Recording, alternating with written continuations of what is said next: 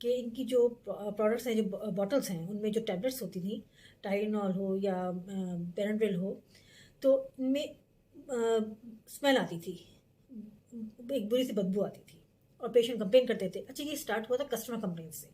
Customer complain آتی تھی company کے پاس بھی اور FDA کے پاس بھی.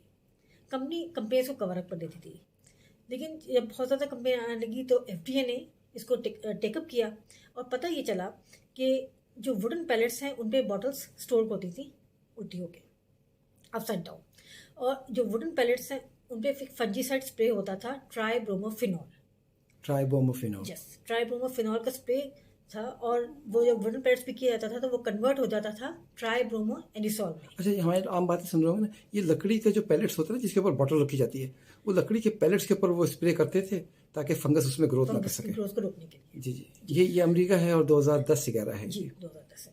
ٹھیک ہے. اور وہ جو کنورٹ ہوتا تھا فنجی سائڈ ٹرائبروموفینول ٹرائبرومو اینیسول میں، اس کی جو بیڈ اسمیل ہے وہ باٹلس کے اندر پینٹریٹ کر جاتی تھی. اب وہ باٹلس میں جب دوا پیک ہوتی تھی، ٹیبلٹس پیک ہوتی تھی، تو وہ ٹیبلٹس میں یا سرپ میں سلائڈ کر جاتی تھی، اور جب وہ پیشنٹ لیتے تھے تو وہ پیشنٹ کی باڈی تک پہنچتی تھی. اور جو کمپلین آتی تھی وہ یہ تھی کہ نوزیا، وامٹنگ، اسٹمک پین، یہ کمپلین آتی تھی. تو یہ کسٹمر کمپلین سے ایشو ہوا تھا، اسٹارٹ ہوا تھا، اور یہ اتنا بڑے ریکال تک پہنچا کہ کمپنی کے CEO کو US سینٹ میں جا کے معافی مانگی. ہاں، یہ بہت بڑا ریکال تھا. چلیں جی، میں ایک اور ریکال کی طرف لے کے چلتا ہوں. یہ ہے ہانگ کانگ اور ایشیا کا چائنا. دوا ہے آگمنٹن، اور یہ جون 2011 ہے یا 12 ہے، 11 ہے، جون 2011 ہے. تو انہوں نے کیا کیا کہ جی وہ آئیڈینٹیفائی کیا. اچھا دیکھیے، اب فرق ہے.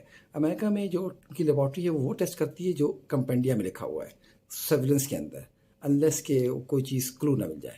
ادھر انہوں نے اس زمانے میں یہ پلاسٹیسائزر جو تھے اس کا ایشو چل رہا تھا کہ بچوں میں پلاسٹیسائزر جو ہے وہ کھلونے کے تھرو جا رہے تھے. پلاسٹیسائزر بیسیکلی استعمال ہوتے ہیں پیتھلیٹ پلاسٹک کو نرم کرنے کے لیے. تو وہ انہوں نے اس کو کیچ کیا آگمنٹن کو، اور اس میں پلاسٹک سائزر کا جو لیول تھا DIDP ہے، DINP ہے، اور اس کے علاوہ بھی 6 اور ہیں. تو انہوں نے اس کے لیول بڑے ہوئے ملے، تو انہوں نے اس کو ریکال کروایا. ہانگ کانگ نے، پھر یہی کچھ چائنا میں ریکال ہوا، پھر یہی کچھ UK میں بھی ریکال ہوا. اب فرانس میں بنی ہو، UK میں بنی ہو، یہ سب ریکال ہوئے، ہیوج ریکال. اور کمپنی ہے GSK، top of the line company. ان کے کمپینڈیل ٹیسٹ میں یہ نہیں لکھا ہوا کہ DIDP یا DINP چیک کریں گے، لیکن یہ جو ہے وہ نقصان پہنچاتی ہے. اینیمل میں نقصان اسٹیبلش ہے، کڈنی کو، لیور کو. راڈنٹ میں تو یہ کینسر بھی اس کے بارے میں ملا ہے. تو اگر اینیمل میں کوئی ڈرگ انسیف ہو تو وہ ویسے بھی استعمال نہیں کی جاتی، کیونکہ ہم سیفٹی چاہیے ہوتی ہے. ایسا نہ ہو کہ اینیمل میں کینسر پیدا کر رہی ہے یا اینیمل میں وہ ریپروڈکٹیو ٹاس سے ریپروڈیوس کر رہی ہے، تو انسانوں میں استعمال کرنے کی پرمیشن نہیں دی جا سکتی. کوئی بات آپ ایڈ کرنا چاہیں اس میں؟ میں بس آسانی کے لیے کہہ دوں کہ DIDP اینڈ DINP یہ بیسیکلی ہے ڈائی آئسو ڈیکائل تھائلیٹ اینڈ ڈائی آئسو نونائل تھائلیٹ. یہ تھائلیٹ گروپ ہے جو جیسے آپ نے بتایا کہ پلاسٹیسائزر ہے اور نرم کرنے کے لیے استعمال ہوتا ہے پلاسٹک کو، اور یہ آگمنٹن سیرپ اور آگمنٹن ٹیبلٹ میں. اچھا، آپ کو یاد ہوگا پلاسٹک کی جو ٹیوب تھی GSK نے خود جب وہ کیا تھا، انہوں نے کہا کہ ہماری جو پلاسٹک ٹیوب ہے جس سے پاؤڈر آتا ہے، تو اس پلاسٹک ٹیوب جو تھی وہ PVC کی بنی ہوئی تھی، اور PVC میں ایبرجن ہونے کی وجہ سے وہ باہر آتا تھا. انہوں نے یہ انویسٹیگیٹ کیا. خیر وہ کس لیول پہ آ رہا تھا، کنسنٹریشن کیا تھی، انہوں نے اس کو ریکال کیا کیونکہ از اے انیکسیپٹیبل. مگر ان کے ہاں ریکال کرنا، چائنا میں، ہانگ کانگ میں گورنمنٹ کے پاس پاور ہے ریکال کرنے کی. گورنمنٹ اس کو کرمنل کے طور پہ ڈیل کرتی ہے. امریکہ میں نہیں.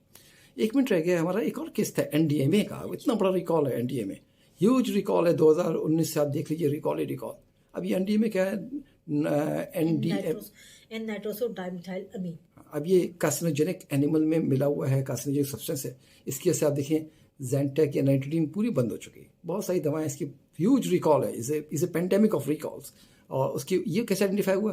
ایک چھوٹی سی فارمیسی نے خود ٹیسٹ کر کے FDA کو رپورٹ کیا، اور FDA نے اس کے بعد انویسٹیگیٹ کیا، یورپ نے انویسٹیگیٹ کیا، جاپان نے انویسٹیگیٹ کیا. ورلڈ وائڈ ریکال ہے. تو post marketing quality surveillance program of the government and post marketing quality surveillance program of the company یہ لوگوں کو بچاتی ہے.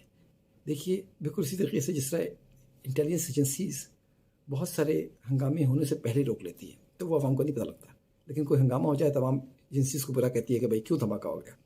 جو روک لیتی ہے اس کا پتہ نہیں چلتا. موضوع پہ گفتگو جاری رہے گی. بہت شکریہ آپ کا. Thank you. اللہ حافظ. السلام علیکم.